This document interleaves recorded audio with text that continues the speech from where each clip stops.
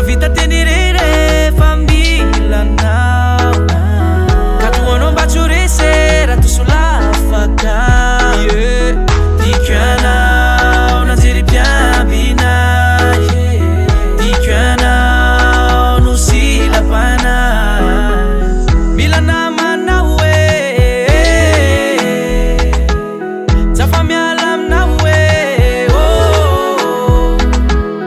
ny andilanao no misy hafanany. Tsisy afatsy anao mafeno ireo mpany.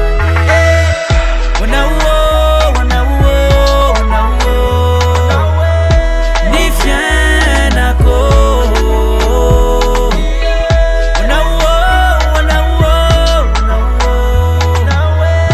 ny fiainako